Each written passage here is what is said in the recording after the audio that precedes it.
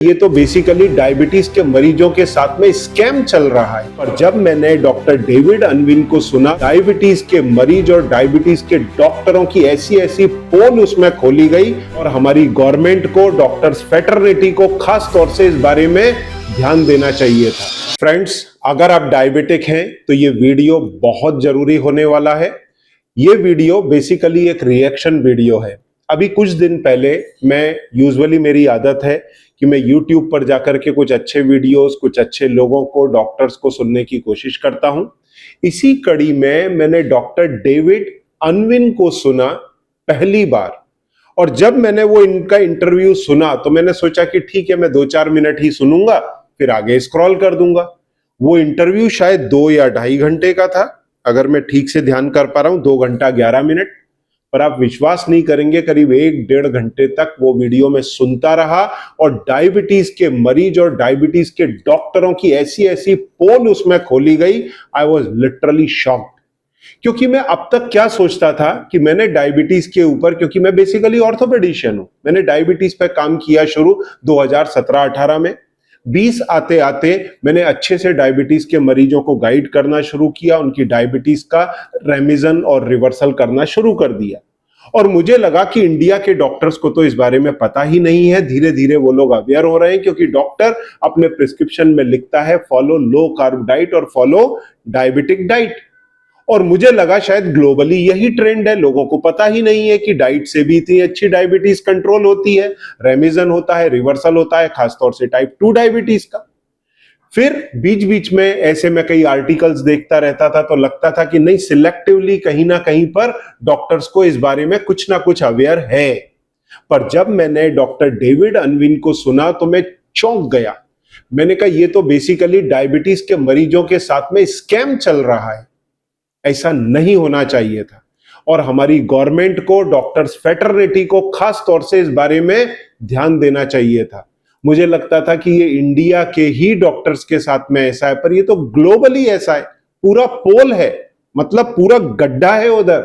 और सब, अब मेरे को ये बोलना नहीं चाहिए, चीट करने में बड़ी मात्रा में लगे हैं। क्या फार्मा कंपनी, क्या डॉक्टर्स फेटर्निटी, क्या मेडिकल फेटर्निटी, हर कोई एक से बढ़कर एक है। जबकि इन लोगों को अच्छी तरह से पता है कि डाइट से डायबिटीज का ना सिर्फ कंट्रोल, रेमिजन, रिवर्सल हो सकता है। इसको सुनने के बाद में वो चीज मेरी और कॉन्क्रीट हो गई। तो इसलिए मैं आज ये वीडियो आप लोगों को सुनाना चाहता हूं। आप भी ध्यान से सुनिए और खुद इस चीज को समझिए और डिसीजन लीजिए कि आपके डॉक्टर आपके साथ में क्या छुपा रहे हैं, और जरूरत पड़े तो अपने डॉक्टर्स के साथ शेयर करिए। क्योंकि इस डॉक्टर ने जो महसूस किया वो सब मैंने भी महसूस किया। मेरे साथ में भी वही सब हुआ जो इसके साथ में हुआ और इसके मरीजों के साथ में हुआ। तो आइए, देर नहीं करते हैं और सुनते हैं, और बीच बीच में मैं इस पर रिएक्शन दूंगा। जो मेरे दिल की भावनाएं हैं वो मैं आपके साथ में शेयर करूंगा, और आप खुद डिसाइड करिए कि ये फेटर्निटी क्या कर रही है, और उन डॉक्टर्स के साथ शेयर करिए, और उस फेटर्निटी को भी डिसाइड करने दीजिए कि वो कितना गलत कर रहे हैं लोगों के साथ। हालांकि मैं इस तरह की जवान कभी डॉक्टर्स के लिए यूज नहीं करता, पर मजबूर हूं इनको सुनने के बाद में। और ये करीब 10-15 दिन पहले ही मैंने वीडियो सुना, पर पिछले कुछ दिनों के अंदर ऐसे सरकमस्टेंसेस बने कि मैं वीडियो नहीं बना पाया, इसलिए आज बना रहा हूं। हो सकता है 7-10 दिन के अंदर या 2-3 दिन के अंदर ही ये वीडियो आप लोगों के लिए रिलीज हो। तो आइए शुरू करते हैं। इसको मैं एक बीच से शुरू कर रहा हूं। लंबा वीडियो होने वाला है, ध्यान से सुनिए बीच बीच में, क्योंकि मेरे रिएक्शंस भी आएंगे तो शायद थोड़ा और लंबा हो जाए। पेशेंस के साथ में सुनिए और फिर किस प्रकार से आपको अपनी डायबिटीज का केयर करना है उसके बारे में विचार करिए। क्या आपके करियर में कभी ऐसा पल आया जब आपने उन बातों पर सवाल उठाना शुरू किया जो आपको बताई गई थीं? हाँ, आप जानते हैं, तो आप एक युवा डॉक्टर के रूप में शुरुआत करते हैं। मैं एक छोटे समुदाय का हिस्सा बनना चाहता था और वहीं रहकर कुछ बदलाव लाना चाहता था। और फिर आता है वह दुखद हिस्सा, सच में। तो पहले 25 सालों तक मैं वही करने की कोशिश कर रहा था जो दिशा निर्देशों में लिखा है। मैं एक अच्छा डॉक्टर बनने की कोशिश कर रहा था। लेकिन मैंने 2 बातें नोटिस की। पहली बात, मैंने वही नोटिस किया जो मैं आपको पहले ही बता चुका हूं। जिस आबादी की देखभाल मैं करता था, उनकी सेहत बिगड़ती जा रही थी, ये बेहतर नहीं हो रही थी। तो अगर मैं प्रैक्टिस का जिम्मेदार डॉक्टर हूं, इन लोगों की देखभाल कर रहा हूं और उनकी सेहत बिगड़ रही है, तो क्या मैं जिम्मेदार नहीं हूं? देखिए, मैंने भी प्रैक्टिस 93 में शुरू की थी और इस चीज का एहसास मेरे को ऑर्थोपेडिक प्रैक्टिस के दौरान हुआ 2017-18 के आसपास कि डायबिटीज के मरीजों के साथ में कुछ ना कुछ गोलमाल चल रहा है। और मैं भी यही कोशिश करता था कि एक अच्छा डॉक्टर बनूं, उनकी दवाइयां कम से कम हो। जैसा इन्होंने भी महसूस किया कि डायबिटीज की दवाइयां चलने के बाद भी मरीज दिन प्रतिदिन बीमार होता जाता है। शुरुआत एक गोली से होती है, फिर 2 गोली, 4 गोली, मैंने 26 गोलियां तक एक प्रिस्क्रिप्शन में देखी हैं। भाई, अगर आप अपने इलाज के लिए दवाइयां खा रहे हैं तो आपकी बीमारी बढ़ क्यों रही है, घट क्यों नहीं रही? और डायबिटीज के हर मरीज के साथ यही होता है कि उसकी बीमारी दवाइयां लेने के साथ में बढ़ती है। बीमारियों की टाइप बढ़ती है। जैसे शुरुआत होगी डायबिटीज से, फिर हार्ट की, ब्रेन की, प्रोस्टेट की, किडनी की, लिवर की, आईज की, ढेर सारी बीमारियां आएंगी और इसी के कारण उसका बार बार हॉस्पिटलाइजेशन होगा और आखिरी में डेथ भी इसी डायबिटीज के कारण होगी। तो आइए आगे सुनते हैं। तो दवाइयां जब आप ले रहे हो तो कायदे से आपकी बीमारी घटनी चाहिए, या घट नहीं रही, बढ़ रही है, और हम दवाई पे दवाई दिए जा रहे हैं, मरीज भी दवाई पे दवाई लिए जा रहा है। और वह बदलाव कहाँ है जिसकी मुझे उम्मीद थी कि मैं लाऊंगा? ये सब वैसा नहीं हो रहा था जैसा मैंने सोचा था। साथ ही मेरे दिल में हमेशा यह महसूस होता था कि बहुत सारी दवाइयां लिखना कुछ गलत है। यह एक छोटी सी असफलता जैसा महसूस होता था, क्योंकि अगर कोई व्यक्ति रोज 6 गोलियां ले रहा है तो वह भला कैसे स्वस्थ हो सकता है? क्या कोई खास मरीज था जिससे आप मिले थे? 2 थे। 2 घटनाएं थीं। दोनों ताकतवर महिलाओं से जुड़ी थीं। पहली ताकतवर महिला थी जिन्हें मैं 10 साल से भी ज्यादा से जानता था। मेरे साथ में भी यही हुआ था। एक पेशेंट था जिसका सर्जरी नहीं हो पा रहा था ब्लड शुगर ज्यादा होने के कारण, और हम रोज देख रहे थे कि कभी ये चावल खाता है, कभी आम खाता है, कभी रोटियां भर भर के खाता है, शुगर बढ़ी रहती है। थोड़ा सा दिमाग उस दिन लगाया और वो जो ट्यूबलाइट चमकी तो समझ में आया कि डायबिटीज का सही इलाज क्या होना चाहिए, खासतौर से टाइप 2 डायबिटीज का। मैंने उनकी और उनके पति दोनों की देखभाल की थी। दोनों को डायबिटीज थी जो ठीक से नियंत्रित नहीं थी और दोनों ही बहुत भारी थे। उस समय मैं निगरानी कर सकता था कि मेरे मरीज अपनी दवाइयों का कितना पालन करते हैं। सच कहूं तो कुछ हद तक मुझे इसी आधार पर भुगतान मिलता था। मेरी तनख्वाह का एक हिस्सा इस पर निर्भर था कि मरीज मेटफॉर्मिन ले रहे हैं या नहीं, जो टाइप 2 डायबिटीज की सबसे आम दवा है। He is basically from UK. UK के अंदर ये कंपलसरी है। मेरे कई पेशेंट हैं यूके, यूरोप, कनाडा, ऑस्ट्रेलिया या फिर यूएस के, इवन मिडिल ईस्ट के भी हैं, परंतु वहां पर ये मैंडेटरी है। डॉक्टर के बोले बिना पत्ता भी नहीं हिलता मरीज के लिए, तो वहां मैंडेटरी है, दवाइयां अलॉट की जाती हैं तो मरीज ले पाता है। आपकी तनख्वाह का हिस्सा? हाँ हाँ, मतलब? क्योंकि आपको सरकार को मंजूरी देनी होती है इस बात की कि हम टाइप 2 डायबिटीज़ के लिए ज़रूरी दवाइयाँ देते हैं, ताकि आपको एक तरह का कोटा दिया जाता है जिसमें यह अच्छा अभ्यास माना जाता है कि आपके एक निश्चित प्रतिशत मरीज़ मेटफॉर्मिन पर होंगे। हाँ, ये सच है। क्या ये कहना सही होगा कि आपको लोगों को मेटफॉर्मिन देने के लिए थोड़ा प्रोत्साहित किया जाता था? हाँ, ये सही होगा। लेकिन मुझे लगता है कि यह कहना भी उचित होगा कि उस समय उपलब्ध प्रमाणों के आधार पर यह अच्छा माना जाता था। टाइप 2 डायबिटीज़ वाले लोगों को मेटफॉर्मिन देना अच्छा अभ्यास है और इसके विपरीत मेटफॉर्मिन का उपयोग न करना खराब। और मैं पहले भी आप लोगों को बता चुका हूं कि जो डॉक्टर्स दवाइयां देते हैं ये बेसिकली बॉडी के नेचर के खिलाफ है। जो मेटफॉर्मिन दी जा रही है वो आपकी बॉडी की डिमांड के खिलाफ है, प्रकृति के अगेंस्ट है। आपके बॉडी के जो सेल हैं उनमें है इंसुलिन के लिए रेजिस्टेंस, उनमें ढेर सारा ग्लूकोज भरा हुआ है जो फैट में कन्वर्ट हो रहा है, इसलिए सेल उस ग्लूकोज को टेकअप नहीं कर रहे और आपकी ब्लड ग्लूकोज बढ़ रही है, मतलब सेल इंसुलिन रेजिस्टेंस में है। हम मेटफॉर्मिन देके करते क्या है, उसी सेल को 8 घंटे से 24 घंटे के लिए सेंसिटाइज कर देते हैं इंसुलिन के लिए और ग्लूकोज को अंदर लेने के लिए जबरदस्ती। तो ये जबरदस्ती की शुरुआत मेटफॉर्मिन से होती है जो उस सेल की प्रकृति के अगेंस्ट है, परंतु यही ट्रेंड चला आ रहा है। और आप ये नहीं समझना कि ये डाइट का कंसेप्ट नया है, ये 100 साल से पुराना डाइट का कंसेप्ट है और इंसुलिन की खोज के पहले डाइट का ही कंसेप्ट चलता था। अभ्यास है, लेकिन हम इस पर आगे चर्चा करेंगे।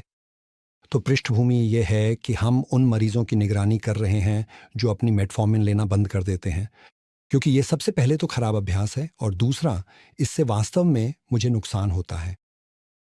तो मैंने उस व्यक्ति को लिखा, प्रिय पर इसका मतलब ये नहीं है कि मेरे वीडियोस देखने पर आप इमीडिएट अपनी एलोपैथिक दवाइयां बंद कर दें। आप पहले डाइट फॉलो करें, जैसे जैसे शुगर आपकी ड्रॉप हो फिर हम दवाइयों के डोजेस को घटाएंगे। एकदम से आपको दवाइयां बंद नहीं करना है, नहीं तो आपकी शुगर एकदम बढ़ जाएगी और फिर आप पैनिक पोजीशन पर पहुंच जाएंगे, पैनिक मोड में आ जाएंगे। तो वैसा हमको भूल के भी नहीं करना है। श्रीमती फलां फलां, मुझे चिंता है कि आप अपनी मेटफॉर्मिन नहीं ले रही हैं, ऐसा लगता है। कृपया अपनी सुविधा अनुसार जल्द से जल्द मुझसे मिलने का समय लें। बहुत ब्रिटिश, बहुत विनम्र। खैर, मुझे उस सुबह जो होने वाला था उसके लिए कुछ भी तैयार नहीं कर सकता था और उसी पल ने मेरी पूरी जिंदगी बदल दी। तो वो महिला, चलिए उन्हें श्रीमती जोन्स कह लेते हैं, ये उनका असली नाम नहीं था, वो अंदर आई और मुझसे बोली, आप सोचते हैं कि आप मुझे डांटने वाले हैं, है ना डॉ अनविन? तो आपके लिए एक खबर है, मैं आपको डांटने वाली हूं। मैं डर गया, जैसे ये क्या हो रहा है। वो पहले कभी ऐसी नहीं थी, वो एक विनम्र व्यक्ति थी। खैर, फिर उन्होंने समझाना शुरू किया। उन्होंने कहा, जब आप मेरा ब्लड टेस्ट करेंगे तो पाएंगे कि मेरी ब्लड ग्लूकोज पूरी तरह सामान्य है, जबकि मैंने आपकी मेटफॉर्मिन नहीं ली है। और उन्होंने कहा, मुझे शक है कि आप वाकई डॉक्टर हैं भी या नहीं। ये लाइन मेरे मन में कई बार आती है, पर मुझे मालूम है कि ये डॉक्टर हैं और ज्यादा पढ़े लिखे डॉक्टर हैं।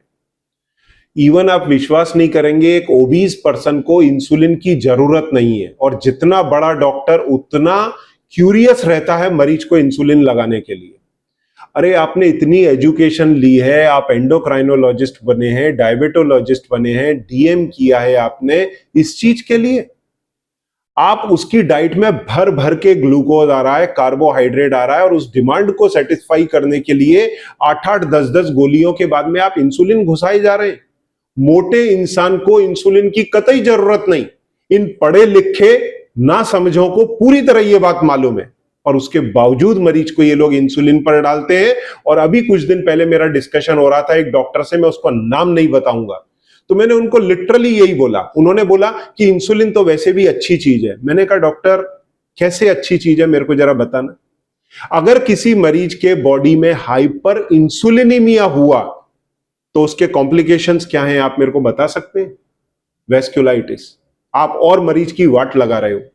अगर उसको मोटापा है, पहले से ही बॉडी में इंसुलिन ज्यादा बन रहा है और ऊपर से आप इंसुलिन के इंजेक्शन और लगा रहे हो, जबकि उसकी कार्बोहाइड्रेट की सप्लाई चेन को आप रोक दो तो अपने आप उसको इंसुलिन की जरूरत नहीं पड़ेगी, ब्लड शुगर नॉर्मल आ जाएगी। तब वो डॉक्टर मेरी बात सुनकर के चुप रहे, कोई आंसर नहीं किया। चूंकि किताबों के अंदर वही पढ़ा है, वही 1 2 3, वही 1 2 3 अप्लाई कर देते, मरीज जाए। मैं बोलना नहीं चाहता ऐसी भाषा, पर इस तरह का हो रहा है। क्योंकि पिछले 10 सालों में क्या आपने कभी मुझे बताया कि ब्रेड भी शुगर है? ब्रेकफास्ट सीरियल्स भी शुगर है। मुझे ऑनलाइन सीखना पड़ा कि ब्रेड शुगर है, चावल शुगर है, ब्रेकफास्ट सीरियल्स शुगर है। और जब मैंने ये चीज़ें खाना बंद कर दिया तो अब मुझे आपकी मेटफॉर्मिन की ज़रूरत नहीं है। आपको ये जानकर के सरप्राइज होगा, मैं मेरे कंसल्टेशन के टाइम पर ये ग्लूकोज का डब्बा रखता हूं आपकी समझ के लिए। ये प्रोडक्ट अच्छा है, ग्लूकोज से मेरे को कोई शिकायत नहीं, इस कंपनी से कोई शिकायत नहीं। ये मैं डब्बा इस प्रोडक्ट के बदनामी के लिए नहीं दिखा रहा हूं, ये खाली सिंबॉलिकली दिखा रहा हूं। This is good. जिन मरीजों को ग्लूकोज की जरूरत है उनके लिए ये अमृत है। परंतु डायबिटीज के मरीज के लिए आपको मालूम है कि जैसे ही आप शक्कर खाते हैं आपकी ब्लड ग्लूकोज बढ़ जाती है। शक्कर में ग्लूकोज 50% है, मात्र 50%। और जो आप आटा खा रहे हैं, जो रोटी खा रहे हैं, उसमें यही ग्लूकोज 60% है। जो बेसन आप खा रहे हैं उसमें ये 50% है। आपको जान के सरप्राइज होगा, बेसन के अंदर और शक्कर के अंदर ग्लूकोज सेम है, पर दोनों रिएक्ट अलग अलग तरीके से करते हैं, क्योंकि बेसन के अंदर प्रोटीन, फैट, फाइबर भी है, परंतु शक्कर के अंदर ग्लूकोज और फ्रक्टोज है, तो वो इजीली फ्री होकर के ब्लड ग्लूकोज में घुस जाता है। वहीं बेसन अगर खाएंगे तो ग्लूकोज शक्कर के बराबर है, परंतु वो धीरे धीरे रिलीज होता है। तो हम भी बोल देते हैं कि बेसन की चीजें आप खा सकते हैं।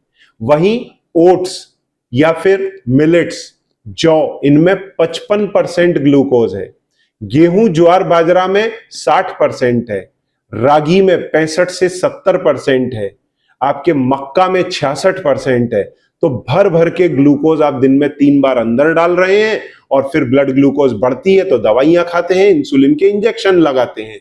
और चावल के प्रोडक्ट, पोहा, उपमा या फिर साबूदाना, इसके अंदर ये 80% है। तो 80% ग्लूकोज वो आइटम आप चालू रखे हैं और शक्कर आपने बंद कर दी है। देखिए मजे की बात, और डॉक्टर्स आपको बताते नहीं है। और जब मेरे मरीज ये फॉलो करते हैं तो डॉक्टर्स उनको डीमोटिवेट करते हैं, और यही इंसिडेंस इनके साथ भी हुआ। और उन्होंने बात को और भी खराब बना दिया। उन्होंने कहा, ये तो स्कूल के बच्चों वाली बायोलॉजी है, ये तो आपको 16 साल की उम्र में सीख लेना चाहिए ट्रू। था। मैं बहुत डर गया था, क्योंकि आप जानते हैं, एक जीपी के तौर पर शिकायतें होना वाकई बहुत बुरा होता है। ये सालों साल तक चलती रहती हैं। लेकिन असल में मैं इसलिए डरा हुआ था क्योंकि उन्होंने जो भी कहा वो सब सच था। और एक बात जो मैंने एक वरिष्ठ डॉक्टर के रूप में सीखी है वो ये है कि आपको लोगों की बात ध्यान से सुननी चाहिए। अगर वे शिकायत कर रहे हैं तो उसे नकारें नहीं, खुद का बचाव मत करें, उसे स्वीकार करें। तो मैंने कहा, ठीक है, मेरे पास है, मैं वो सीखना चाहता हूँ जो आप जानते हैं, अगर ये सच है तो क्या आप मुझसे फिर मिलेंगी? चलो ब्लड टेस्ट करते हैं। तो हमने ब्लड टेस्ट किया, ये सच था। ये टाइप 2 डायबिटीज का पहला केस था जो मैंने बिना दवा के देखा था। मैंने 25 साल में एक भी ऐसा मामला नहीं देखा था जिसमें लोग दवाइयों से छुटकारा पा सके हों। और यही मेरे साथ एग्जैक्ट हुआ, यही एग्जैक्ट मेरे साथ हुआ 93 से लेकर के 2017 तक। लगभग 25 साल मेरे को कोई ऐसा मरीज नहीं मिला जो दवाइयों के बिना ब्लड ग्लूकोज नॉर्मल हो। और जब उस मरीज की जो ओटी में जाने के मतलब तैयारी में था, और उस मरीज की शुगर हर समय बढ़ी रहती थी उसके भोजन के कारण, और वो शुगर कम नहीं होने के कारण पेशेंट वेटिंग में है सर्जरी के, उसका बिल बढ़ता चला जा रहा है। जैसे ही उसकी डाइट कंट्रोल की, इवन डॉक्टर ने उसको इंसुलिन दिए, उसके बावजूद उसकी शुगर कंट्रोल नहीं आती थी। जैसे ही डाइट ठीक की, तीसरे दिन मरीज फिट हो गया, और फिर उस मरीज ने रेमिजन और रिवर्सल तक किया। तो यही अनुभव मेरे को हुआ मेरी प्रैक्टिस के लगभग 25 साल बाद। तो मैं बड़े अच्छे से इनके साथ में खुद को कोरिलेट कर पा रहा हूं। मैंने 25 साल में एक भी ऐसा मामला नहीं देखा था जिसमें लोग दवाइयों से छुटकारा। और अब तो मेरे हजारों मरीजों की डायबिटीज की दवाइयां छूटी हैं, उनका रेमिजन रिवर्सल हुआ है। 200 से अधिक तो मैं रिवर्सल वाले जिन्होंने जीटीटी टेस्ट पास किया 75 ग्राम ग्लूकोज पी करके, उनके इंटरव्यूज मेरे लॉन्ग लिव लाइफ के चैनल पर डाल चुका हूं। और लाखों लोगों ने मेरे वीडियोस देख करके बेनिफिट लिया। करीब 33 लाख लोग मेरे उस मेन वीडियो को देख चुके हैं जो 1 घंटे का है। वह ऑनलाइन 40,000 लोगों में से जो कुछ भी कर रहे हो वो। अब बताइए, ये कम्युनिटी जिसका वो लेडी हिस्सा थी उसमें 40,000 लोग थे, और ये कौन सी सन की बात कर रहा है मालूम है? 2013। मेरे को देख करके झटका लगा कि 2013 में डॉक्टरों को यह बात पता थी। 40,000 लोगों का ग्रुप, वो 40,000 मरीज भी तो किसी डॉक्टर के पेशेंट रहे होंगे। मतलब हजारों डॉक्टरों को यह बात पता है, परंतु अपने मुंह से बोलते नहीं है, चुप रहते हैं। क्यों? धंधा है। जो एक दूसरे से सीख रहे थे कि ये कैसे करना है। और जब मैंने देखा तो स्वास्थ्य सेवा पेशेवर उन्हें नीचा दिखा रहे थे, तो मेरे जैसे लोग उन्हें कह रहे थे, तुम मर जाओगे। यही होता है जब मेरे मरीज अपनी शुगर कंट्रोल करके डॉक्टर के पास जाते हैं। मान लो उनको सर्दी भी हो गई ना, तो बोलते हैं ये सब डाइट के चक्कर में मत पड़ो, सब कुछ खाओ पियो, मेरी दवाइयां खाओ। सर्दी भी हो गई तो बोलते हैं तुमने डाइट फॉलो की है उसके कारण ये सब हो रहा है। हल्का पेट दर्द हो गया, कॉन्स्टिपेशन हो गया, किसी को जुलाब हो गया नॉर्मल कोर्स में, तो उन लोग को भी ऐसा ज्ञान देने लगते हैं, जबकि उनको यह बात अच्छी तरह से पता है कि डाइट के क्या असर है। वो खुद अपने प्रिस्क्रिप्शन में लिखते हैं कि follow low carb diet, follow diabetic diet. तो फिर यहां क्यों तुमको सांप सूंघ जाता है? तुम जो कुछ भी कर रहे हो वो अत्यंत खतरनाक है। और मुझे शर्म आई, हकीकत में बहुत शर्म आई। और ये पूरी तरह से संयोग था। लेकिन उसी समय के दौरान हमें मेरी धर्मपत्नी जी का परिचय करवाना आवश्यक होगा। जेन क्या कोई फोटो है? आओ दिखाओ जेन। ये है जेन। ओह, शायद वह दुनिया की सबसे समझदार महिला है। वह बहुत होशियार है। मैं उस महिला से प्यार करता हूँ। तो जेन, उसकी पृष्ठभूमि के बारे में, वह एक पेशेवर क्लिनिकल हेल्थ साइकोलॉजिस्ट है और वह इस बात में काफी गहरी और अब यहीं पर मैं आपको एक बात बताना चाहूंगा कि मेरी वाइफ भी डॉक्टर है। तो जब मेरे पास में ऑर्थोपेडिक के साथ में डायबिटीज के मरीज आना शुरू हुए तो ये मेरा उनके साथ में डिस्कशन हुआ कि अरे मेरे पास में धीरे धीरे डायबिटीज के मरीज बढ़ रहे हैं तो मैं मेरी प्रैक्टिस कब करूंगा। तो उन्होंने कहा देखो हमारा पर्पज है मरीज का बेनिफिट। बेनिफिट चाहे ऑर्थोपेडिक के पेशेंट का हो चाहे डायबिटीज के पेशेंट का हो, अगर हम ज्यादा फायदा इसमें कर पा रहे हैं मरीज का तो वो काम हमको करना चाहिए। और वह इस बात में काफ़ी गहरी और विशेष रुचि रखती है कि बीमारी में आशा की भूमिका क्या होती है और यह कितना बड़ा सकारात्मक फ़र्क ला सकती है। उसने अपना जीवन ये शोधने में बिताया है कि आशा क्लिनिकल स्वास्थ्य में कितना फ़र्क लाती है। परिणाम तो ऐसा हुआ कि वह एक सुपरमार्केट में थी और उसने कुछ देखा, एक छूट वाला डाइट बुक। वही वही किताब है। जॉन ब्रिफर की एस्केप द डाइट ट्रैप। हाँ, जॉन ब्रिफर। क्या प्यारे इंसान है। तो जेन ने वह किताब उसी समय खरीदी जब मैं उसे अपने उस मरीज के बारे में बता रहा था। तो उसने कहा, तुम्हें यह किताब पढ़नी चाहिए जिसमें कम कार्बोहाइड्रेट वाले तरीके के बारे में बताया गया है, इंसुलिन रेजिस्टेंस से लेकर टाइप 2। अब इनको तो किताब मिल गई पर मेरे को हर चीज की R&Ds करनी पड़ी, सीखना समझना पड़ा। कार्बोहाइड्रेट क्या है, जीआई क्या है, जीएल क्या है, सारी चीजें समझना पड़ी और तब मैंने क्रक्स निकाला कि अगर किसी प्रोडक्ट में कार्ब कम है तो वो बेहतर है। हालांकि कई लोग जीआई और जीएल पर डिपेंडेंट है पर मैं उस पर डिपेंडेंट नहीं रहता। इसका भी जिक्र आगे इस वीडियो में होगा। और उस किताब में मेरे मरीज ने जो कुछ भी मुझे बताया था वह सब कुछ था, लेकिन वह सब कुछ मेडिकल तरीके से समझाया गया था। अब जब एक डॉक्टर ने ये किताब लिखी है तो सोचिए उसको कब का नॉलेज होगा जो डॉक्टर फेटर्निटी लेना ही नहीं चाह रही। जिसने किताब लिख दी क्या उसने कॉन्फ्रेंसेस में बात नहीं की होगी? 100% की होगी। परंतु आपके बिल और बजट का प्रॉब्लम आ जाता है, इसके लिए आप उस चीज को अनसुना करना चाहते हो। मरीज मरीज बना रहे जीवन भर। अरे लोगों के घर खराब हो रहे हैं, उनके बजट फैमिली के डिस्टर्ब हो रहे हैं, कंट्रीज का बजट बिगड़ रहा है, पर डॉक्टर है कि उसमें कोई सुधार ही नहीं करना चाहता। और मैं समझ गया। उसने कहा, डेविड क्यों आखिर तुम बार बार असफल क्यों हो रहे हो? तुम रिटायर होने से पहले एक काम क्यों नहीं करते? तुम कोई खुश मिजाज ऐसा कुछ क्यों नहीं करते जिसमें तुम सच में विश्वास रखते हो? तुम इस लो कार्ब को क्यों नहीं आजमाते खुद? हाँ, उसने मुझसे कहा, क्यों ना तुम और मैं इस डाइट को शुरू करें और फिर देखें। क्या आपको मालूम है मैं भी एक मील पर हूं, कार्बोहाइड्रेट कम लेता हूं, मेरा पूरे दिन का कार्ब कंजम्पशन 100 ग्राम के अंदर है। हालांकि ये बात ठीक है मैं डायबिटिक नहीं हूं और वो जो एक मील लेता हूं उसमें उतने कार्ब का, प्रोटीन का, फैट का मैं ख्याल नहीं रखता। परंतु मेरा कोई कार्ब, प्रोटीन और फैट का कंजम्पशन बहुत ज्यादा भी नहीं, फैट का और कार्ब का खास तौर से। प्रोटीन में कोशिश करता हूं सफिशिएंट ले पाऊं एज पर द रिक्वायरमेंट। और फिर देखें कि क्या कुछ मरीज स्वेच्छा से हमारे साथ इसे आजमाना चाहेंगे। और मैंने ये बात अपने पार्टनर्स से कही तो उन्होंने मना कर दिया। ये दूसरे डॉक्टर हैं? हाँ, तो मैं सीनियर पार्टनर हूं, मैं कथित तौर पर बॉस हूं। उस समय लो कार्ब सम्मानजनक नहीं माना जाता था और उन्हें यह पसंद नहीं था और उन्होंने कहा, हम नहीं चाहते कि तुम यह करो। और जबकि आपको यह बात मालूम है 1925 में जब इंसुलिन का खोज हुआ उसके पहले डायबिटीज के इलाज का यही एक तरीका था। यूएस में तो स्पेशल हॉस्पिटल्स थे जिसमें डाइट के बेस पर डायबिटीज को कंट्रोल किया जाता था। और सबसे बड़ी प्रॉब्लम यह थी कि टाइप 1 और टाइप 2 डायबिटीज के बारे में जानते नहीं थे, नॉलेज नहीं थी उस समय मेडिकल फेटर्निटी को। इसलिए जब डाइट के प्रोसेस में टाइप 2 डायबिटीज का मरीज जाता था तो वो तो स्वस्थ होने लगता था, पर टाइप 1 डायबिटीज वाला मरीज उसकी डेथ हो जाती थी 1 से 1.5 महीने में। क्यों? क्योंकि उसके बॉडी में इंसुलिन बन ही नहीं रहा। तो वो अगर लो कार्ब के ऊपर जाएगा तो और उसकी ब्लड शुगर बढ़ेगी ना कि घटेगी, तो उसकी डेथ हो जाती थी। तो लोगों को समझ में ही नहीं आता था। फिर जब इंसुलिन की खोज हुई तो टाइप 2 वाले को भी इंसुलिन लगने लगा, टाइप 1 वाले को भी। तो टाइप 1 वाला अच्छा हो गया और जब टाइप 2 वाले को इंसुलिन लगा तो बॉडी में और इंसुलिन की मात्रा बढ़ी और उसकी भी शुगर कंट्रोल में आने लगी। जैसा कि आजकल ग्लिमिप्राइड जैसी दवाइयां देने पर आपकी शुगर कंट्रोल में आती है। फिर 1960 से ये oral anti diabetic medication start हुए। निश्चित रूप से इसलिए भी क्योंकि उन्होंने कहा, अच्छा, क्या यह प्रैक्टिस के संसाधनों का सही उपयोग है?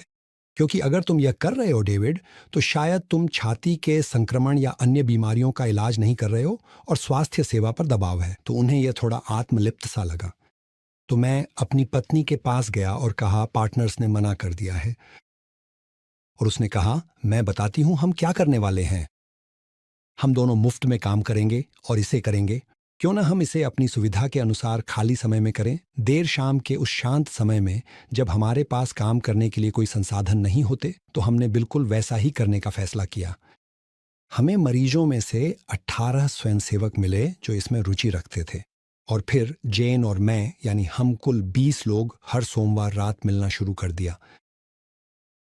हम लो कार्ब के बारे में बात करते, सीखते, कैसे खाना बनाना है, कैसे करना है। हमने ये सब मिलकर किया। और नर्सों में से एक बहुत उत्साहित थी। उसका नाम हीदर है। आइए हम हीदर के लिए, आप जानते हैं, एक थम्स अप दें। हीदर ने कहा, मैं मुफ्त में काम करूंगी, मैं आपकी मदद करूंगी, मैं ये जरूर करूंगा। मैं चाहती हूं, मैं अपने काम पर विश्वास करना चाहती हूं। और फिर जादू शुरू हुआ। नतीजे ऐसे थे कि मैं विश्वास नहीं कर पा रहा था। मैं सच में, आप जानते हैं, मैंने ऐसा कुछ पहले कभी नहीं देखा था। और सबसे पहली चीज जो मैंने देखी वह थी लिवर फंक्शन में सुधार। देखिए, मैं ब्लड टेस्ट कर रहा था क्योंकि मुझे पता था कि मैं कुछ अलग कर रहा हूं जिसकी आलोचना हो सकती थी। मैं आज ही के एक मरीज का आपको इंसिडेंस बताता हूं। आज ही मैंने कंसल्टेशन किया, वो मेरे प्रोग्राम में है। उसकी पहली कंसल्टेशन मई मंथ में हुई, दूसरी कंसल्टेशन अभी हुई। जब मई मंथ के उसके मैं डेटा को एनालाइज कर रहा था, उस समय उसका कोलेस्ट्रॉल, ट्राइग्लिसराइड दोनों हाई था। लिवर फंक्शन में उसका एसजीपीटी बढ़ा हुआ था। किडनी फंक्शन में उसका क्रेटिनिन बढ़ा हुआ था। चाहिए तो मैं आपके रेफरेंस के लिए रिपोर्ट डाल दूंगा। ये तीनों चीजें उसकी बढ़ी हुई थी। और अभी का जो रीडिंग था उसका, ये मंथ का, जुलाई का, उसके अंदर ये तीनों parameter perfect. Cholesterol, triglyceride okay, kidney function पूरी तरह से नॉर्मल, और उसके साथ में लिवर फंक्शन पूरी तरह से normal. He was literally shocked. और HbA1c बैक टू नॉर्मल। इतनी एक्सेलेंट रिपोर्ट थी। He was so happy in period of 2 months, खाली डाइट से। और चूंकि वो आउट ऑफ इंडिया है तो मेरी मेडिसिन भी नहीं मंगा पाया। मेडिसिन मंगाएगा साथ में तो और अच्छे रिजल्ट्स आते हैं। अगर आप कुछ हटकर कर रहे हैं तो आपको नतीजे मापने होंगे। ये मरीज हैं तो आप बस प्रयोग करके ये नहीं छोड़ सकते कि कहीं मैं कोई नुकसान तो नहीं कर रहा। कोलेस्ट्रॉल और लिपिड प्रोफाइल्स के साथ क्या हो रहा है, इसीलिए मैं चीज़ों की बहुत बारीकी से निगरानी कर रहा था। लेकिन लिवर फंक्शन, स्टीफन, मेरे पास ऐसे लोग थे जिनके बारे में मुझे लगा कि वे शराब पी रहे हैं और मुझे लगा कि लिवर की समस्या शराब के कारण है और उनकी लिवर फंक्शन 10 साल से असामान्य थी और अचानक कुछ ही हफ्तों में लिवर फंक्शन में सुधार होने लगा, अक्सर 1/3 या 50% तक। शायद आप लोगों को पता नहीं होगा कि अल्कोहल लेने से लिवर में सिरोसिस होता है, लिवर डैमेज हो जाता है। वही काम हाई कार्ब डाइट भी करती है, उसमें भी लिवर डैमेज हो जाता है। आपने कुछ सेलिब्रिटीज का सुना होगा कि उनका लिवर ट्रांसप्लांट हुआ। जैसे हमारी पॉलिटिशियन थी सुषमा स्वराज, तो उनके साथ में तो कोई अल्कोहल वाला इशू ही नहीं था। अगर कोई जेंट्स होता एक बार समझ लेते। उनका लिवर खराब हुआ। तो प्रोबेबिलिटी मैं बता रहा हूं, मुझे कॉन्क्रीट नहीं पता, परंतु वो डायबिटिक थी स्ट्रांगली। साथ में साउथ के अंदर एक चीफ मिनिस्टर थी जयललिता, उनका ऑर्गन फेलियर हुआ था, उनको भी डायबिटीज था। तो इन लोगों को हाई कार्ब डाइट के कारण, क्योंकि साउथ में तो राइस ज्यादा खाए जाते हैं, सुषमा स्वराज जी का भी वजन ज्यादा था, तो उनको भी इस बारे में नॉलेज नहीं थी। और आपको मालूम है, अभी कई सारे पॉलिटिशियंस ने स्टेटमेंट दी है। ये जो आपके अमित शाह हैं, उन्होंने तो बोला कि पिछले 3-4 साल के अंदर मैंने डाइट ऐसी कर दी है कि मैं इंसुलिन फ्री हो चुका हूं, मेरी सारी डायबिटीज की दवाइयां बंद हो चुकी हैं, मैं बीमारी से लगभग मुक्त सा हो चुका हूं, मैं उतना ही खाता हूं जितना शरीर को जरूरत है। चाहिए तो उनका स्टेटमेंट मैं आपके लिए रेफरेंस के लिए यहीं पर चला दूंगा या फिर डाल दूंगा नीचे कमेंट सेक्शन के अंदर या फिर जो नीचे डिस्क्रिप्शन है उसके अंदर डाल के रखूंगा, आप भी जाकर के सुन सकते हो। और मोदी जी वो तो टाइम टू टाइम बोलते रहते हैं कि भाई मोटापा कम करो, अपनी डाइट ठीक करो, तो he knows, they knows somewhere कि डाइट के कारण ये सब घपले घोटाले होते हैं और इससे हमें बचना चाहिए, पर वो डॉक्टर्स के लिए ये सब बोलने की हिम्मत नहीं कर पा रहे। और इस वीडियो में मैंने भी बहुत मरे मन से, बड़े बेमन से जो भी कुछ बोला है वो बोला है, नहीं तो आज तक मैं नहीं बोलता। क्यों? क्योंकि मुझे मालूम है कि अनवांटेड दुश्मन बनते हैं इस चीज को लेके। तो हम जो हजारों लोगों का भला करने जा रहे हैं वो भला तो एक बाजू हो जाएगा, अपना बुरा पहले ठीक होने से संभालो, इस तरह की स्थितियां ना बन जाए। परंतु ये तो सुनकर के मेरे को हद ही लगी।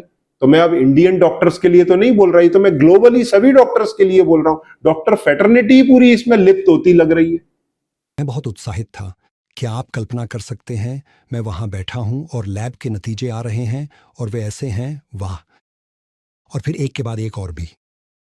तो ये पहली चीज थी। फिर वजन की बारी आई। हम सब हर सोमवार रात मिलते थे और हमारे पास तराजू था और हर कोई हर सोमवार रात अपना वजन करवाता था और वजन गिरना शुरू हो गया था लोगों का। वाकई में ऐसा हुआ। और फिर तरह तरह की और भी अजीब मेरे मरीजों ने 30-30 किलो वजन कम किया है। डायबिटीज होने के पहले 10-12 बीमारियां आ जाती हैं। मैं पूरा चार्ट आपको दिखा रहा हूं, मेरे क्लिनिक में इधर सामने रखा हुआ है, मैं स्क्रॉल करके आप लोगों के लिए लगा देता हूं। और इसकी शुरुआत होती है फैटी लीवर से, उसके बाद में ट्राइग्लिसराइड कोलेस्ट्रॉल बढ़ते हैं, ब्लड प्रेशर आ सकता है, खून की नलियां पतली होने के कारण, और उसके बाद में मोटापा आता है, मोटापे के कारण स्नोरिंग, खराटे आते हैं, कई महिलाओं में थायराइड की प्रॉब्लम आती है, आजकल बच्चियों में पीसीओडी की समस्या आती है, फिर गर्दन के अंदर डार्क कलर के रैशेज और मस्से आते हैं, लाइनें आती हैं, जिसको एक्एंथोसिस नाइग्रिकेंस बोलते हैं।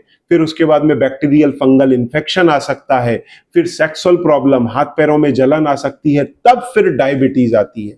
और डायबिटीज का इलाज आप इन दवाइयों के माध्यम से करते हैं नेचर के अगेंस्ट, तो फिर आगे जाके heart attack, brain stroke, रेटाइनोपैथी, glaucoma, cataract, prostate, फिर प्रोस्टेट कैंसर, फिर उसके बाद में डायबिटिक फुट, ये सारी चीजें मैंने इस चार्ट में डाली है। करीब 24 बीमारियां हैं जिन्हें मैं कार्ब्स लाइन के नाम से आप लोगों को पहले भी मैंने वीडियो डाला है। इसके साथ में किडनी का खराब होना, नेफ्रोपैथी होना, उसके बाद में चारकोट फुट, डायबिटिक फुट होना, ये सारी बीमारियां आपको इस डाइट से आती हैं। अगर आप इसका सुधार कर लें तो आप इन सारी बीमारियों को बच सकते हैं या कई बीमारियों को रिवर्स कर सकते हैं। चीजें होने लगीं जिनमें से कुछ को मैं सालों तक समझ नहीं पाया। पहली बात यह थी कि लोग पूछने लगे, क्या तुम्हें भूख लगती है? क्योंकि मुझे तो नहीं लगती। और वे ऐसी बातें कहने लगे, क्या तुम्हें नाश्ता करना जरूरी है? 1 मील अ डे। और मुझे भूख नहीं लग रही थी। मुझे भूख नहीं लग मैंने रही कल थी। रात खाना वो खाया मुझे है, सच बता रहे थे अभी क्योंकि तक मैं खाना उनके नहीं साथ खाया है, यही शाम इलाज का कर 7 रहा बज था। रहा है। हम भूखे क्यों नहीं हैं? ये कितना अजीब है। और मैं भी अब नाश्ते की परवाह नहीं कर रहा था, इसलिए मैंने उसे खाना छोड़ दिया। आपको इसे लेना जरूरी नहीं है। और मेरा पेट भी चला गया। अगली बात थी, मैंने देखा कि जब मैं अपनी डेस्क से खड़ा होता था तो मुझे चक्कर आते थे, अजीब सा महसूस होता था। अब मैंने किसी को नहीं बताया था, लेकिन मुझे कई सालों से मध्यम उच्च रक्तचाप था। लेकिन मुझे मरीज बनना पसंद। आपको मालूम है डायबिटीज के मरीजों में कई सारों को डायबिटीज आने के पहले या डायबिटीज आने के बाद ब्लड प्रेशर होता है। ये उसी की चर्चा कर रहे हैं। और जैसे ही इन्होंने डाइट की, ब्लड प्रेशर चला गया। जैसा मेरे मरीजों के साथ में ओबेसिटी जाती है, डायबिटीज जाता है, पीसीओडी जाता है, कुछ में थायराइड जाता है, मोटापा जाता है, स्नोरिंग जाती है, बीपी भी जाता है। नहीं था, इसलिए मैं कभी डॉक्टर के पास नहीं गया, बस आंखें मूंद लीं। इसलिए मुझे सालों तक हाई ब्लड प्रेशर रहा। ब्लड प्रेशर चेक करने पर वह कम और सामान्य था। डॉक्टर होके ये स्थिति उसकी। हाँ, मुझे नहीं पता था, लेकिन मरीजों पर भी मैं वही कर रहा हूं। मैं सभी का ब्लड प्रेशर माप रहा हूं और उसमें सुधार। आपको मालूम है आपके कितने डॉक्टर बीमार हैं? डॉक्टरों की एवरेज लाइफ 60 साल रह गई है, जबकि इंडिया की एवरेज लाइफ 70 साल है। कई डॉक्टर, कई मरीज मेरे को बोलते हैं कि साहब हमारा तो डॉक्टर खुद इंसुलिन लगाता है। तो मैंने कहा कि उसका डील डोल क्या है? तो बताते हैं, अरे साहब वजन इतना ज्यादा है, 90-100 किलो, और वो इंसुलिन पर है। तो उनको क्या पता नहीं? हकीकत है, किताबों में पढ़ाया नहीं गया, दिमाग इस्तेमाल नहीं किया, वही स्थितियां हैं। हो रहा है। तो ये और भी अजीब होता जा रहा है। लीवर की कार्यक्षमता सुधर रही है, वजन कम हो रहा है, ब्लड प्रेशर सुधर रहा है। उन दिनों में जो ब्लड टेस्ट हम करते थे वह था हीमोग्लोबिन A1C नाम की चीज़। अमेरिका में इसे A1C कहते हैं। यह आपके खून की औसत मिठास को पिछले 3 महीनों के लिए दर्शाता है, तो नतीजों में थोड़ा समय लगता है। लेकिन जब हीमोग्लोबिन A1C की रिपोर्ट आई तो वह बिल्कुल वही था। हम औसत ब्लड शुगर के स्तर में वाकई बहुत ही शानदार सुधार देख रहे थे। और इसी तरह ये शुरू हुआ। को मालूम है जो मेरा सबसे बेस्ट पेशेंट रहा है उसका HbA1c कहां से कहां पहुंचा है? एक महिला है यूएस की। उस महिला ने अब तो अपना जीटीटी पास कर लिया, उसका था 17.2। सुन रहे हैं आप? 17.2। और रिमार्केबल 100 दिन के अंदर उस महिला ने 5.4 या 5.6 लेके आया। Perfect remission, that also without any medicine. ऐसे ही एक लड़के ने किया 12.7 से घटा करके 90 डेज के अंदर 5.4। परफेक्ट रेमिजन इन 90 डेज। तो इतने एक्सेलेंट रिजल्ट्स आते हैं डाइट के, खासतौर से टाइप 2 डायबिटीज में। और अगर किसी को टाइप 1 डायबिटीज है, 300-400 शुगर रहेगी ही नहीं। टाइप 1 डायबिटीज वाले को मुश्किल से 10 से 20 यूनिट इंसुलिन का लेना होगा, शुगर पूरी नॉर्मल। फास्टिंग में 100-120 और खाना खाने के बाद में 150-160 के नीचे। ये किसका हाल होगा? टाइप 1 वाले का, जो इंसुलिन पर है। इतने कम इंसुलिन में अपनी लाइफ को नॉर्मल रख सकते हैं बिना किसी प्रकार के कॉम्प्लिकेशंस के। तो रिमार्केबल रिजल्ट्स आते हैं किसी भी प्रकार की डायबिटीज हो उसमें डाइट के। तो ये 2013 की बात है, यानी ये 13 साल पहले की बात है। सोचिए।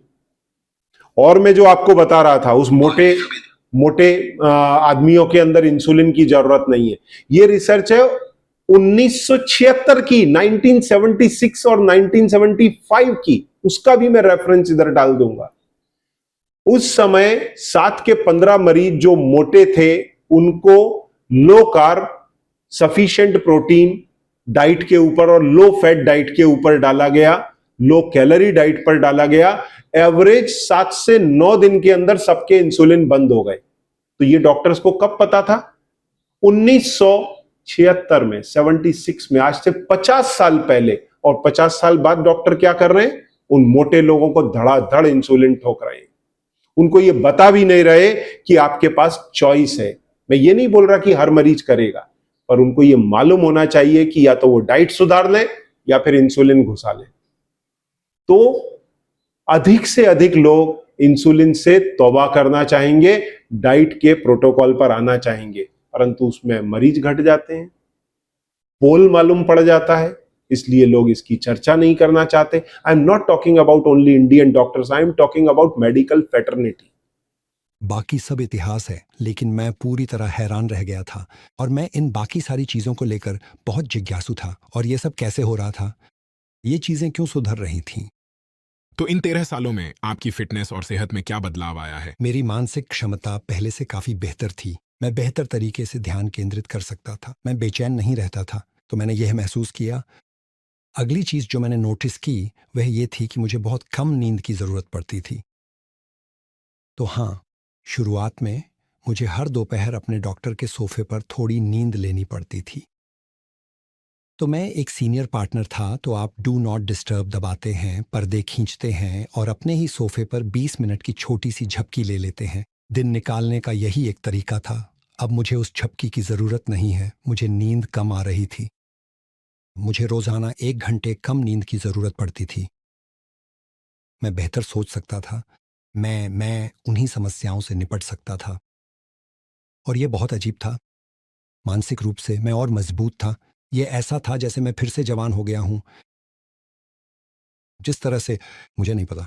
मुझे लगता है कि आपके पास मानसिक क्षमता का एक एहसास होता है। इस बातचीत की शुरुआत पर लौटते हुए आपने कहा था कि अभी जो भी सुन रहा है उसके पास अलग अलग स्वास्थ्य भविष्य हैं, और वे किस स्वास्थ्य भविष्य में पहुंचेंगे यह उनके रोजमर्रा के फैसलों पर निर्भर करेगा। मैं रोजमर्रा के फैसलों पर ध्यान देना चाहता हूं। हमने आपके बिस्किट्स पर बात की थी। तब आपने बताया कि बतौर डॉक्टर आप काफी स्थिर जीवन जी रहे थे, बस बैठे मरीज देखते थे और व्यायाम नहीं करते थे। सच कहूँ तो मुझे शुरुआत में बिल्कुल भी विश्वास नहीं था कि इससे इतना बड़ा बदलाव आएगा। और ये एक बहुत अच्छा बिंदु है, वाकई बहुत अच्छा बिंदु। तो चलिए वज़न घटाने के बारे में सोचते हैं। तो मैं अपने मरीजों को वज़न घटाने की सलाह देता था और मैं कहता था कम खाओ और ज़्यादा चलो फिरो, और मैं कभी कभी वह बेलसन वाली बात भी कह देता था। आप जानते हैं कि बेलसन से कोई मोटा आदमी बाहर नहीं आया। मैंने ये कभी नहीं सुना। मरीज से ऐसा कहना काफ़ी डरावना होगा। बेल्सन क्या है? वह दूसरे विश्व युद्ध में था जहां सब चीज़ों की कमी थी। ओह ठीक है। तो बात यह है कि आप किसी मोटापे की समस्या वाले व्यक्ति से कह रहे हैं ये उनकी गलती है। हाँ, आप उन्हें दोष दे रहे हैं। यही असली बात है और यही मैंने किया। और ये उससे भी बुरा है क्योंकि मैं उन्हें वह सलाह देता था और वह लगभग कभी काम नहीं करती थी। मैंने बहुत बुरी बात की। एक बार आप विचार करिए, आपके डॉक्टर्स जो आपको सलाह दे रहे हैं क्या वो काम कर रही है? दवाइयां लेकर के आते हैं, आप ठीक हो जाएंगे। क्या आप ठीक हो रहे हैं? आपकी बीमारियां कम हो रही हैं, दिन प्रतिदिन बढ़ रही हैं, और आप दवाइयां लगातार लेते चले जा रहे हैं। तो इस चीज पर विचार करिए। मैं उनसे कहा करता था ठीक है, तो क्यों ना आप रोज सिर्फ 2 चम्मच ऑल ब्रांड लें। ओह नाश्ते का सीरियल। हाँ, स्किम्ड दूध के साथ। और मैं कुछ मल्टीविटामिन्स और रोजाना 2 पिंट स्किम्ड दूध लेने की सलाह देता था। यही मेरी सलाह थी। आपने सुबह में अगर 2 बिस्किट ले लिए, फिर चाय ले ली, आपका वजन नहीं घटेगा, क्योंकि यही बिस्किट का शुगर आपके ब्लड में जाकर के इंसुलिन की मात्रा को बढ़ाएगा, फैट को लॉक कर देगा। अब 6 से 8 घंटे के लिए भूल जाइए वेट लॉस। आपको वीकनेस आएगा पर वेट लॉस नहीं होगा। ये उसी चीज की चर्चा कर रहे हैं। और फिर जब यह काम नहीं करता था तो आप सोचते हैं कि मैंने किसे दोषी ठहराया। उन्हें। हाँ, और यह सब मेरी आत्मबोध का हिस्सा था। मैंने कभी इन बातों को आपस में नहीं जोड़ा कि असफलता उनकी नहीं थी, वह मेरी थी। और यह भयानक है ना? कल्पना कीजिए 25 सालों तक मैं मरीजों को उनके वजन कम न कर पाने के लिए दोषी ठहराता रहा, जबकि असल में यह मेरी असफलता थी, क्योंकि मैंने उन्हें ऐसी सलाह नहीं दी जो काम करती। और अगर आप लोगों को बार बार वही सलाह देते रहें और वह काम ना करे तो क्या मुझे सवाल नहीं करना चाहिए था, लेकिन क्या यही समाज में भी नहीं हो रहा है? हम कैसे करें? मैं आपसे भी एक सवाल करता हूं। आपकी सुबह में फास्टिंग शुगर आती है 100, 125, 150, और जैसे ही खाना खाया वो बढ़कर के पहुंच जाती है 250। तो आपके भोजन में कुछ प्रॉब्लम है, ये आपको नहीं समझता। 100 से 250 हो गई, और वही खाना आप रोज खा रहे हो, 10 साल से और 20 साल से खा रहे हो। तो ये भाई बुद्धि किधर है? ये पानी, अगर मैं ये पानी अभी पीता हूं और मेरे को जुलाब लग जाता है, तो मेरा इमीडिएट दिमाग काम करेगा इस पानी में कुछ प्रॉब्लम है, इन्फेक्शन है। अब क्या जुलाब रोकने की गोली मैं इसी पानी से पीऊंगा? नहीं। मेरे में कॉमन सेंस है, पर क्या आप वो कॉमन सेंस यूज कर रहे हैं? आपके डॉक्टर्स वो कॉमन सेंस यूज कर रहे हैं? सुबह फास्टिंग में 100, 150, खाना खाया 300। अरे भाई, खाने में प्रॉब्लम है, उसे कब ठीक करोगे? और बाद में डॉक्टर्स क्या कर देते हैं? आप एक गलती करने वाले हैं तो एडवांस में एक गोली खाइए ग्लिमीप्राइड, फिर आप वो गलती करिए जिससे आपकी शुगर बढ़ेगी। तो पहले एक गलती का प्रायश्चित, फिर खाने के बाद में फिर मेटफॉर्मिन या लिनाग्लिप्टिन, सिटाग्लिप्टिन जैसी गोली फिर खाते हैं और फिर प्रायश्चित करते हैं। मतलब ये कैसा हो गया? मंदिर में जाके भगवान से अपने पापों की अपन ने क्षमा याचना की और बाहर निकलते ही गाली दी, फिर जाके क्षमा याचना की, दोपहर में फिर वही गाली दी, फिर जाके दोपहर में क्षमा याचना की। तो ये जीवन भर दिन में 3 से 4 बार करते रहोगे गलती, और अपना बुद्धि का इस्तेमाल नहीं करोगे, कॉमन सेंस। इसलिए इस वीडियो को अपने सारे मित्र और ग्रुपों में जरूर शेयर करना। उनके दिमाग के ताले खुलने जरूरी हैं, और आपके डॉक्टर्स के भी। कर रहे हैं। हम कैसे कर रहे हैं? स्वास्थ्य के मामले में कैसा चल रहा है? ये तो एक आपदा है ना? तो हमें कुछ अलग करना होगा। लेकिन ये एक आपदा ही है। हमारे देश में 10 करोड़ मरीज हैं, चाइना में 17 करोड़ मरीज हैं। अब हमारी पॉपुलेशन सबसे बड़ी है, आने वाले 5-10 साल में हम नंबर 1 पे पहुंच जाएंगे। तो अगर डॉक्टरों का यही रवैया रहा और आप लोग का यही रवैया रहा तो ये दिन दूर नहीं है। इसलिए मैं मरीज को बोलता हूं, अगर मेरे डाइट के प्रोग्राम में हो तो ये अकेला तुम्हारा इलाज नहीं होगा, ये तुम्हारे पूरे खानदान का इलाज होगा, क्योंकि तुम सुधरोगे, तुमको देख के तुम्हारा खानदान सुधरेगा। के लिए 25 सालों तक मुझे विश्वास नहीं था कि जीवन शैली सबसे महत्वपूर्ण है, और अब मुझे है। और इसी वजह से मुझे नहीं लगा कि बिस्किट्स से इतना फर्क पड़ता है। जाहिर है मुझे पोषण की बुनियादी बातें पता थीं, इसलिए मैंने यह सुनिश्चित किया कि प्रोटीन हो, आयरन हो और बाकी चीज़ें भी हों। मूल रूप से मुझे विश्वास था कि दवाइयाँ ही हैं जिन्हें मुझे इस्तेमाल करना चाहिए। दवाएं और जीवन शैली तो बस एक अतिरिक्त चीज़ है। क्या यह भयानक नहीं है? मुझे लगता है यह महत्वपूर्ण है क्योंकि यह उस बात तक पहुंचता है जो आम लोगों की सोच को दर्शाता है। हाँ हाँ। रिकॉर्डिंग शुरू करने से पहले हम मेरे कुछ दोस्तों के बारे में बात कर रहे थे। मैंने 2 दोस्तों का जिक्र किया था, उनमें से एक बहुत बहुत सफल व्यवसायी है। हर कोई जानता है कि यह व्यक्ति कौन है, और उन्होंने मुझसे इस वीकेंड पूछा क्या पिंचा हेल्दी है, और मुझे इस पर यकीन ही नहीं हुआ। ये हैरान कर देने वाला है। ये ऐसा है, ओह कौन सा पिज्जा, क्योंकि वे आमतौर पर लंच में 12 इंच का पिज्जा खाते हैं और चुनने की कोशिश में मुझसे पूछ रहे थे, स्टीफन कौन सा ज्यादा हेल्दी है, नैंडोज चिकन या वो 12 इंच का पिज्जा। मैंने उसे ऐसे देखा जैसे किसी भूत देख रहा हूं।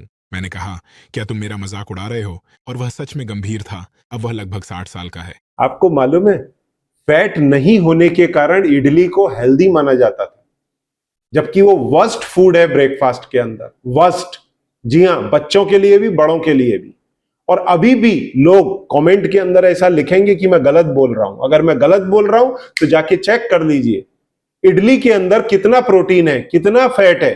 खाली शुगर, खाली कार्बोहाइड्रेट, खाली ग्लूकोज है, उसके अलावा कुछ नहीं है, वो भी स्टार्च के रूप में। ना उसमें फाइबर है, ना प्रोटीन है, ना फैट है।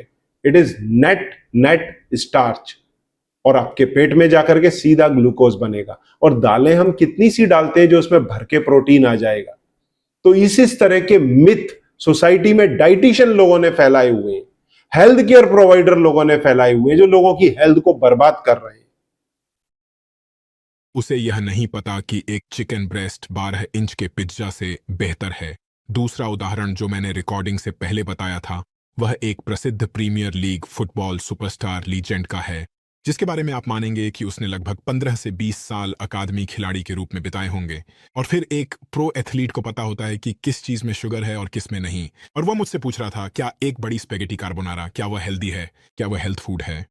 क्योंकि उसने मुझसे यह कहा कि फुटबॉल के दिनों में उन्हें हमेशा कार्ब लोड करने को कहा जाता था। इससे मुझे काफी सहानुभूति हुई, क्योंकि मुझे लगा कि स्वास्थ्य पर इतने पॉडकास्ट और इंटरनेट होने के बावजूद किसी कारण यह सच्चाई आम लोगों तक अच्छी तरह नहीं पहुंचती। मुझे लगता है कि शायद वे भी बिल्कुल वही सोचते हैं जो आपने अभी कहा। स्वास्थ्य एक एक्सेसरी जैसा है जहां मेरी किस्मत तय है। लेकिन अगर मैं ये स्वास्थ्य वाली चीजें करता हूं जो असुविधाजनक हैं, क्योंकि ये पर्सी पिग्स बहुत स्वादिष्ट लगते हैं, हाँ, या ये कैंडीज बहुत स्वादिष्ट लगती है, तो शायद मैं थोड़ा बेहतर दिख सकूं, थोड़ा और आकर्षक दिखूं। लेकिन मेरी किस्मत तो तय है। सीधी सी बात, हाँ, पोषण की बात करें तो हम इसे सिखा ही नहीं रहे हैं। तो केवल 3 मैक्रोन्यूट्रिएंट्स होते हैं, सिर्फ प्रोटीन, फैट्स और कार्बोहाइड्रेट्स होते हैं।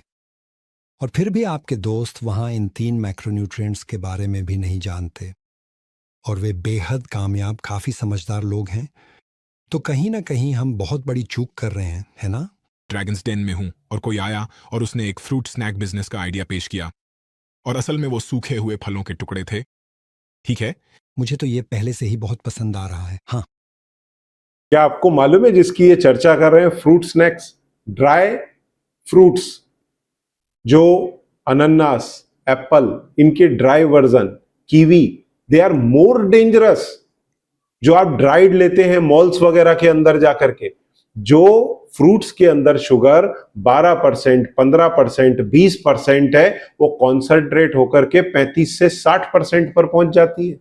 और वो कॉन्सेंट्रेटेड शुगर वाले हम फ्रूट खाते हैं, वो बात ठीक है, उसके अंदर जो विटामिन, मिनरल, एंटीऑक्सीडेंट हैं वो उसमें मौजूद रहते हैं, पर ड्राइंग के कारण थोड़े कम हो सकते हैं, परंतु फिर भी उसमें मौजूद है। पर शुगर कॉन्सेंट्रेट हो गई है। तो जो ड्राइड फ्रूट है मीठे वाले, वो कहीं से भी हेल्दी नहीं है, उनका कंजम्पशन ना करें। मैंने पीछे देखा और उस पर लिखा था, इसमें 60 से 70% तक शुगर है, क्योंकि उन्होंने आम जैसे विदेशी फलों को लेकर उन्हें सुखा दिया है। और अब आपके पास यह छोटा सा चिप्स है जो आम का एक टुकड़ा है, जिसमें 60 से 70% चीनी है। मैं इसे देख रहा था और सोच रहा था, यह तो कैंडी है, ये सिर्फ मिठाई है। धन्यवाद। मैं देख रहा हूं और हर जगह चूंकि इसमें फल शब्द का प्रयोग किया गया है, हाँ, लोगों के मन में यह भ्रम होता है कि अगर उस पर फल या जूस जैसे शब्द लिखे हैं तो बिकेगा। बिल्कुल। और कौन नतीजों की फिक्र किसे है, पर इससे खूब पैसा बनेगा। हाँ, सूखे हुए फल बेचकर। और वे उस बात को नजरअंदाज कर देते हैं जो आपने पीछे पड़ी थी। इसमें 67% चीनी है, यह अस्वस्थ है। ठीक है, ये कैसे ठीक है? सोचिए, अगर किसी को टाइप 2 डायबिटीज हो तो बच्चों के लिए तो बस हम उन्हें दे देंगे। हाँ, और मैं आपने एक और मुद्दे को छू लिया है कि आखिर गड़बड़ क्या हो रही है। तो जब हम मेरी प्रैक्टिस और इस महामारी को देखते हैं, और सच कहूं तो जैसा कि मैंने पहले भी कहा, ये महामारी नहीं बल्कि महामारी से भी बड़ी है। यह और एक हमारे देश के लिए तो है ही। यह हर जगह है। मैं दुनिया भर में जाता हूं और मोटापा, टाइप 2 डायबिटीज, खराब मेटाबॉलिक स्वास्थ्य, यह सब जगह है। ये वाकई में हर जगह मौजूद है। और मुझे लगता है, जैसा कि आपने अभी बताया, उसी बात से जुड़ते हुए, तो मान लीजिए आप सुबह जल्दी उठते हैं और नाश्ते में अपने पसंदीदा सीरियल खाते हैं। हमारे पास यहाँ कुछ सीरियल्स भी रखे हुए हैं। और फिर इसके साथ आप क्यों ना एक बड़ा गिलास बिल्कुल ताज़ा संतरे का जूस भी लें। बहुत अच्छा विचार है। और फिर ठीक है, यही आपका नाश्ता। आप भी यही करते हैं ना, सुबह में ओट्स खाते हैं, जूस पीते हैं, स्मूदी के अंदर फ्रूट डाल करके लेते हैं। ओट्स, दलिया, पोहा, इडली, डोसा, ये ब्रेकफास्ट के अंदर आपको मार रहे हैं, स्लो पॉइजन का काम कर रहे हैं, डायबिटीज में खास तौर से। लेकिन फिर रास्ते में आप थोड़ा सा स्नैक लेते हैं, और लोग ऐसा करते भी हैं। वे कोई बार या कुछ क्रिस्प्स या ऐसा ही कुछ खरीद लेते हैं। और फिर स्कूल में भी उन्हें एक मफिन मिल सकता है सुबह के बीच में। ये ठीक है, वे शायद एक सेब भी खा लें। दोपहर के खाने में आप कुछ सैंडविच लेंगे, और फिर आपने अपना सैंडविच खा लिया तो आप, मुझे नहीं पता, शायद कोई केक या कुछ और या आइसक्रीम ले सकते हैं। फिर आप घर जाएंगे और फिर समय होगा, आप जानते हैं, शायद आपके चिप्स या पिज्जा का। असल में आपने किया क्या है? आपने अपने शुगर के साथ sugar sugar sugar sugar sugar पूरे दिन भर। क्या हम भी ये नहीं कर रहे? सुबह में इडली, डोसा, पोहा, उपमा, ब्रेड, ओट्स, दलिया, उसके बाद में दोपहर में 2 से 3 रोटी, थोड़ा सा चावल, रात को फिर 3 से 4 रोटी, थोड़ा सा चावल। ये सब क्या है? हम भी तो शुगर भर रहे हैं अपने शरीर में।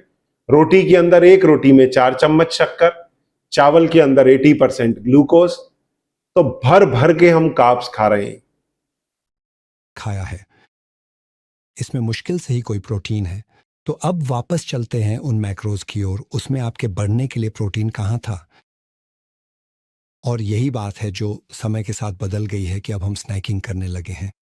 तो मैं अपने जीवन में बहुत सारे युवाओं से मिला हूं। उनकी माँ कहती हैं, मैं इसे सही खाना नहीं दे पाती। वह बस दिन भर स्नैक्स खाता है और वे उसमें प्रोटीन नहीं डाल पाते। उनमें से कुछ तो काफ़ी दुबले हैं, सभी मोटे नहीं हैं। आपकी अभी की बात पर बात करते हैं। इस टेबल पर रखे खाने से हम पूरे दिन के भोजन की चर्चा कर सकते हैं। सावधान, बाहर कुत्ते टहलाते लोग शायद सिर्फ सुन रहे हैं, देख नहीं पा रहे। हमें ये बताने के लिए वॉइस ओवर चाहिए कि क्या हो रहा है। आपने कहा सुबह उठो, सीरियल खाओ। अब बड़े होते हुए मुझे लगा कि सीरियल एक हेल्दी फूड है। मुझे भी। हाँ, मुझे भी। एक औसत स्टैंडर्ड कटोरी। मान लीजिए फ्रॉस्टेड सीरियल में कितनी चीनी होती है? ठीक है स्टीफन, हम इसे अलग अलग तरीकों से कर सकते हैं। ये असल में तुम्हारे लिए यहाँ एक टेस्ट जैसा है। ओह भगवान, क्या सच में? हाँ, ये तुम्हारे लिए एक टेस्ट है और मैं इसे Poison समझाऊंगा। plus। तुम्हारे पास जो है, तुम्हारे पास एक कटोरी है जिसे हम कहेंगे ये कॉर्नफ्लेक्स है। फिर तुम्हारे पास एक आलू है, एक बेक्ड आलू। ये अभी बेक नहीं हुआ है, लेकिन अगर चाहो तो इसे बेक कर सकते हो। तुम्हारे पास 150 ग्राम उबला हुआ चावल है। तो ये सूखा नहीं है, ये उबला हुआ चावल है। तुम्हारे पास एक बहुत पका हुआ केला है। और आखिर में तुम्हारे पास एक स्वादिष्ट दिखने वाली चॉकलेट बार है। हाँ। तो वहां तुम्हारे पास कुछ चीनी के टुकड़े हैं। और यह है परीक्षण करने वाला हिस्सा। तुम देखो कि मैं तुम्हें कैसे देने वाला हूं। आखिर में तुम्हें स्कोर भी देंगे। ठीक है। तो मैं चाहता हूं कि तुम इन सबको एक बार विस्तार से आपस में तुलना करके देखो। और उन चीनी के हर टुकड़े का मतलब है 4 ग्राम चीनी का एक चम्मच। हाँ। तो इन पर निशान लगाकर प्रत्येक भोजन के पास लिखें कि आपके अनुसार चीनी कितने चम्मच होनी चाहिए। फिर मैं आपको अंक देकर आपका प्रदर्शन देखूंगा। ठीक है। ये जवाब है, इसलिए मैं इसे बंद कर रहा हूं ताकि नकल ना हो। ठीक है, तो मैं उन्हें वैसे ही अंक दूंगा जैसा मैंने सोचा था 2 वर्ष पहले। धन्यवाद। हाँ, 2 साल में कई विशेषज्ञों का इंटरव्यू लेने के बाद अब मैं हैरान नहीं होता, पर इन्हें 31 की उम्र वाले नजरिए से ही अंक दूंगा। हाँ, ये बढ़िया है। सच कहूं तो अनाज। जी हाँ, ये सही है। इसमें चीनी नहीं है। ये चीनी युक्त अनाज नहीं है। ये तो बस सूखे हुए टुकड़े हैं। मुझे सच में नहीं लगा था कि उसमें चीनी होगी। हाँ। तो फिर अगर तुमने मुझे सच में धक्का दिया होता तो मैं। अच्छा, एक मौका दीजिए ना। रेटिंग। धन्यवाद। मुझे नहीं लगा चीनी होगी। एक। दोबारा। मुझे तो लगता ही नहीं था कि आलू में चीनी होती है, इसलिए ऐसा लगता है कि मैं झूठ बोल रहा हूं क्योंकि मुझे नहीं पता था कि आलू में चीनी होती है। और सच कहूं तो चावल में भी मुझे नहीं लगा था कि चीनी होती है। ठीक है। एक। केला, इसका स्वाद मीठा होता है। हाँ। तो मेरा दिमाग एक ही कहता। हाँ। लेकिन ये जो चॉकलेट बार यहां मेरे सामने रखी हुई है, मैं कहूंगा कि मैं इसके लिए 2 कहने जा रहा हूं।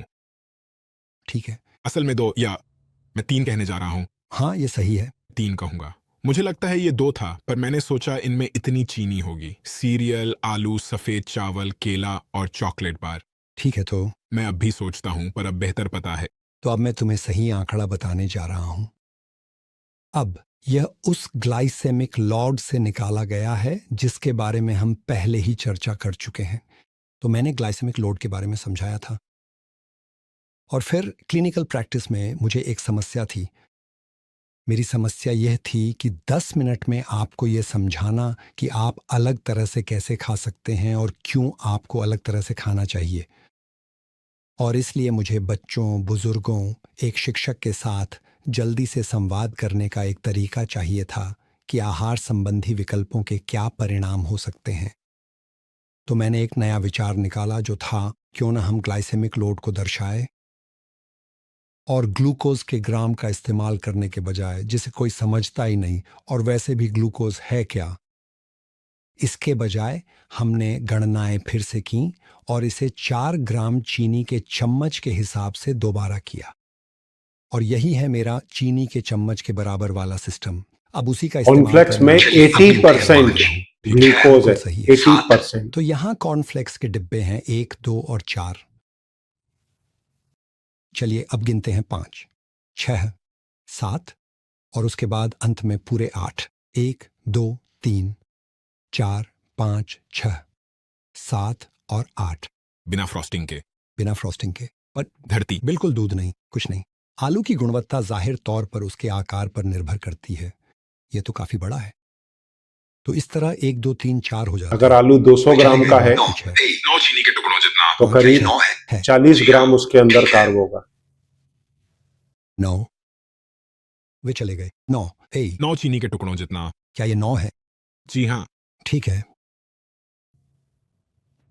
150 ग्राम चावल में करीब 40 से 50 ग्राम का असल में अगर आप ग्लूकोज मुझे आएगा। एक छोटा सा काम कर सकें तो उसकी कीमत 7.5 के करीब है। तो क्या आप मेहरबानी केले करके में भी इसे 7 से 8 साथ ही आएगा। दे सकते हैं? मेरे ख्याल से 7 ही रहने दें। 8 से 9। 7 केला इसके आकार और पकने पर निर्भर है। पके केले में अधिक चीनी होती है जैसा आप खाते समय महसूस करते हैं। लेकिन मान लीजिए कि वह केला काफी मेरे पका हिसाब हुआ से है। ये 200 ग्राम का केला है। मान लीजिए इसमें करीब 8 तक जा केला सकता है। बड़ा है। ये सब कुछ मेरा ही तो है। बिल्कुल। ओह मेरे भगवान। ठीक है, तो आखिरी वाला साफ 80% वही असली ग्लूकोज। कातिल होने वाला है ना? मुझे लगा था कि चावल सेहतमंद होता है। 40 से 50 ग्राम पर है शायद सफेद ग्लूकोज। चावल। स्वस्थ था वह। निर्भर 150 करता ग्राम है। में पहला ये 150 ग्राम 10, उबले मतलब इन्होंने भी 40 ग्राम रखा। 4, 5, 6। अब मैं एक और सरप्राइज आपको दूं। ये रख चीनी रहे हैं और बात ग्लूकोज की कर रहे हैं। इतना ग्लूकोज है इन चीजों में, क्योंकि चीनी में तो आधा ग्लूकोज आधा फ्रक्टोज होता है। तो एक्चुअल अगर ग्लूकोज से कंपेयर करोगे तो इसका जस्ट डबल क्यूब्स रखने पड़ेंगे, तब उतना ग्लूकोज एट पार होगा। इस चीज के बारे में इन्होंने विचार ही नहीं किया है। जो क्यूब्स रखे जा रहे हैं उसमें ग्लूकोज और फ्रक्टोज है। 50% ग्लूकोज, 50% फ्रक्टोज। तो कायदे से डबल क्यूब्स रखेंगे तो ग्लूकोज के बराबर होगा। हाँ, कार्बोहाइड्रेट का कंपैरिजन देखेंगे तो बराबर है। तो मेरी चीनी की चम्मच ये रही। ये मेरी चीनी की चम्मच वाले चार्ट्स में से तो मैंने आप लोगों को इस वीडियो के बारे में बताया। अगर इसके बारे में और इन लेंथ देखना है तो आप YouTube पर जाएं, इसको सर्च करें, ये वीडियो आपको मिल जाएगा। इसका सब्जेक्ट है fatty liver expert the toxic ingredients. ये इसकी हेडिंग में लिखा हुआ दिख रहा है मुझे, और इसे आप जाकर के डायरेक्ट खुद देख सकते हैं। और मुझे रियल में सरप्राइज हुआ और झटका लगा डॉक्टर्स को लेकर के कि क्या डॉक्टर्स भी ऐसा कर सकते हैं ग्लोबली। मैं इंडिया के डॉक्टर की बात नहीं कर रहा हूं, ये तो ग्लोबली मालूम है। 40,000 मरीजों की कम्युनिटी 2013 में, इसका मतलब है सबको मालूम है। हमको ही मालूम नहीं था, हम ऐसा बोल सकते हैं। तो 2017 में ये चीजें अनवाइंड होना चालू हुई, और वो भी एक कोइंसिडेंस है कि मरीज का सर्जरी नहीं हो पा रहा, उसके बेनिफिट के लिए हमने उसे गाइड करना शुरू कर दिया। तो आप भी इस चीज पर ध्यान दें, अपनी डायबिटीज का कंट्रोल करें, रेमिजन करें, रिवर्सल करें। इस वीडियो को अधिक से अधिक शेयर करें और चैनल को सब्सक्राइब करें। Thank you very much.